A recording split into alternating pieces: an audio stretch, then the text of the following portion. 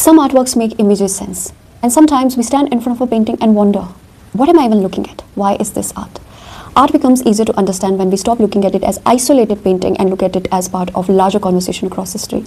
And that conversation is what we call art moments. Welcome to yet another episode of In Dialogue with Art, and today we are tracing the basics of Western art history and art movements that shape the way we see art today. Because art movements are not random. It is response to time, to society, to ideas, to political changes, and sometimes to even other artists. It is shift in thoughts, depiction of how artists looked at the world and how they wanted the world to be seen. We start right from the beginning, but before, let's just divide Western art history into three basic parts for better understanding. Pre-modern art before 1848, modern art between 1848 to 1945, and then contemporary art after 1945. Pre-modern art was the age of figurative art.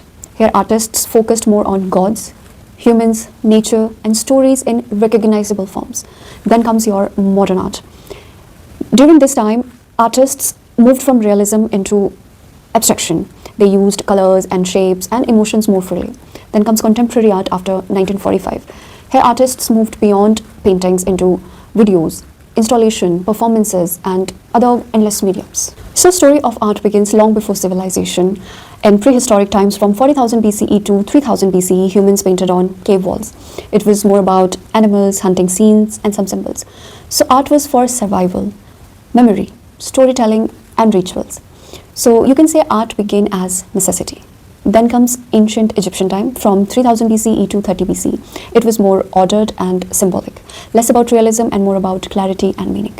If something was supposed to be an eye, it was clearly shown just as eye. It was more about permanence, order, and afterlife. And now comes ancient Greek art from 800 BCE to 146 BCE. Here for the first time, human body was central. Artists studied posture, anatomy, and balance.